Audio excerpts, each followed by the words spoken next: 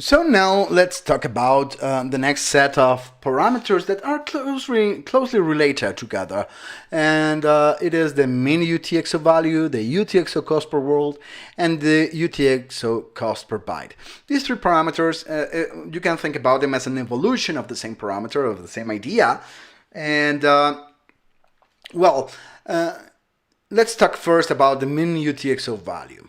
So during the Shelley era, it is the minimum ADA value that a transaction output must hold. During Shelley era, if you create a transaction, the output of that transaction cannot contain less than 1 ADA.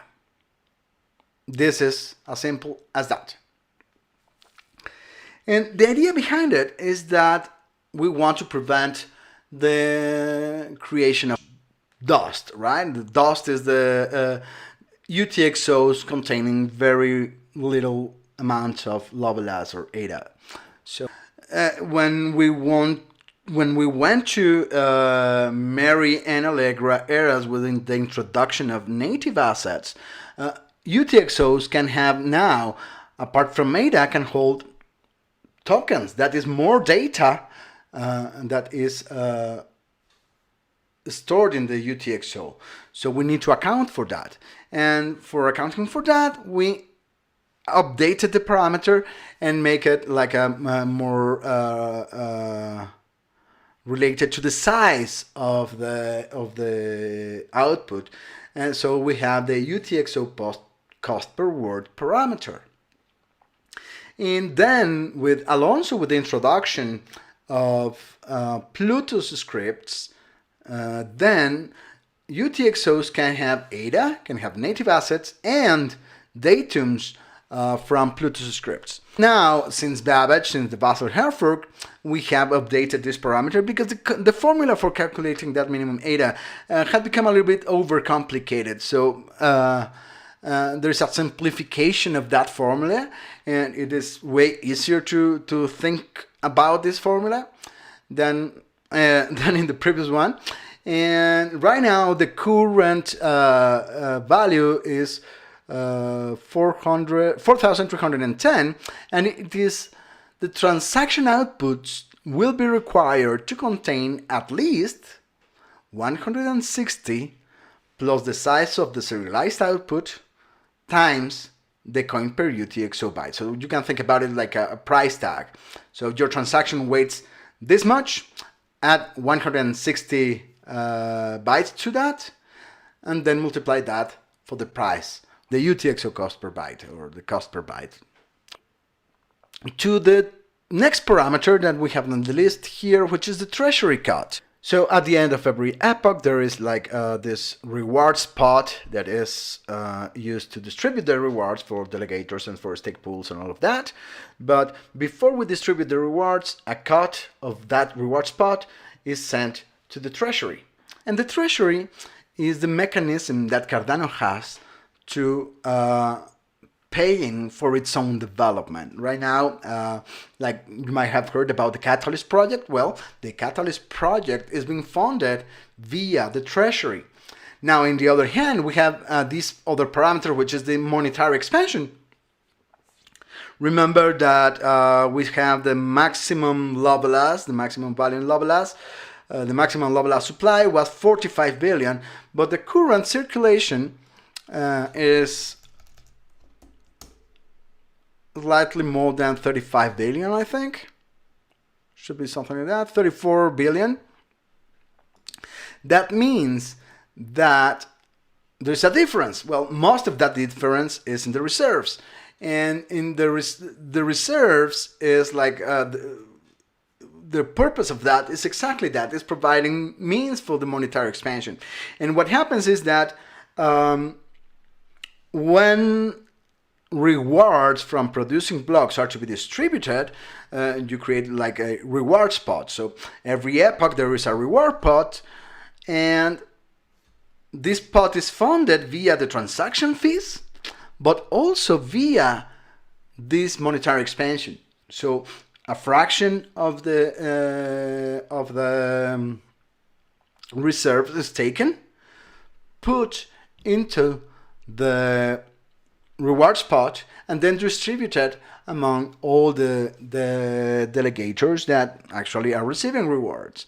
So the rewards have two sources: transaction fees and the monetary expansion, or the ADA reserves via the monetary expansion. Now we have the pool pledge influence, and this is other parameter that has been under discussion with the stake pool community. And the idea is that the pledge, people is arguing that the pledge should have a larger influence, and this is exactly what this parameter is meant to incentivize. So assume that you have two stake pools. Not you, but there are two stake pools with the same pool parameters, like the same cost, the same fee, the same block production, the same stake, but there is only one difference, that the pledge in one of them is higher. Well, that pool should receive higher rewards because of that higher pledge, that higher commitment, and this is what this parameter is meant for. And again, this has been under scrutiny recently, and hopefully we figure out what is the correct number for that in combination with perhaps other parameters. And this is how it is right now. Let's now move and talk about the transaction fees. So when you think about transaction fees, when you create a transaction, you pay transaction fees, and well, this transaction that you create has a size n. Well, for that transaction, you will pay first a fixed fee, which is now this number of Lovelas, is like 15 cents of an ADA. And on top of that, you will pay 44 Lovelas per each addition, per byte of size of your transaction. So that means that the average transaction will end up, perhaps some simple transaction that contains only ADA might end up paying somewhere below 17 cents, some 16.5, 16.8, something like that. So when you start adding native assets and Bluetooth scripts and stuff like that, the transaction size grows. So there are more and more bytes used. Therefore, this parameter plays a more important role. But if your transaction is meant to interact with a Bluetooth script, then there is not only the size what matters. There is also the price of actually running or executing, validating the script. And for that is that we have the cost models. So we have two languages, Bluetooth version 1 and Bluetooth version 2. Each of those has its own cost model. And this cost model basically, it's a long list of operations and things that can be done inside a script. And what that ends up doing is like referencing or mapping a given operation with a execution units for CPU and for memory. Because if you think about it, when you deploy a script and you want to interact with it, you are using resources, and you are using resources from the stake pool operators, and the resources you are using mostly CPU and RAM and memory, and also of course the storage, right? So you need to pay for the three of them. You pay for the storage with the regular transaction fee, but then now we need to pay for the CPU and the memory usage. In the end, when you have the script, it uses a given number of memory units and a certain number of CPU steps. Then we have to go to the price tags of those.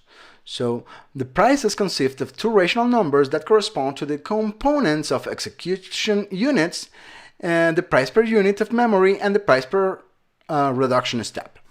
So that means I am using 1,000 steps, and each step has this price, and I am using 1,000 memory units, and each memory unit has this price.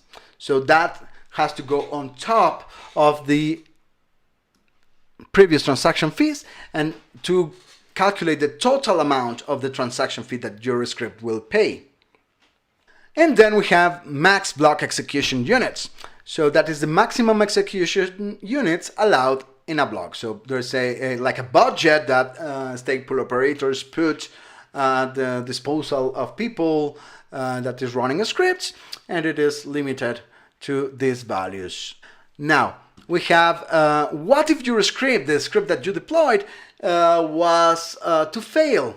Or if you think about it, what if an attacker wanted to attack the network by keeping the stake pool operators busy running scripts that end up failing?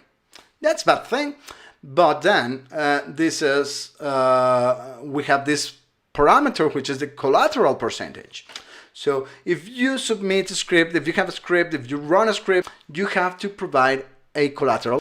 So if your script fails, you pay this percentage of the fees. So it is more expensive to have a failing script than a valid script.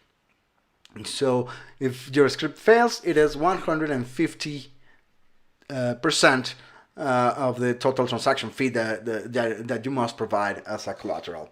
And for that, there's also a limit on how many entries you can provide as a collateral, and it is 3. So that is that stake pools will not verify more than 3 additional signatures when trying to check for your collateral. And finally, we have this other parameter that has been deprecated, which is the extra prowess entropy. So when we transitioned to Shelly era from Byron, there was this need of increasing the randomness on the system just to make sure and to prove to everyone out there that the blockchain has not been compromised by the seed key holders. And there's a very nice blog post about that. But now we no longer need that. It was useful during this transitional period between OBFT and full decentralization, but right now it is no longer useful, so it has been deprecated. Just if you want to read more, if you want to get more informed about the protocol parameters, I guess the best source for that is the Cardano Ledger repository. It contains the formal specification, the executable models, and the implementation of the Cardano Ledger, of course. There are a few update proposals, sorry, not update proposals, but Cardano improvement proposals that are related to protocol parameters. And also we have the original Cardano SL implementation,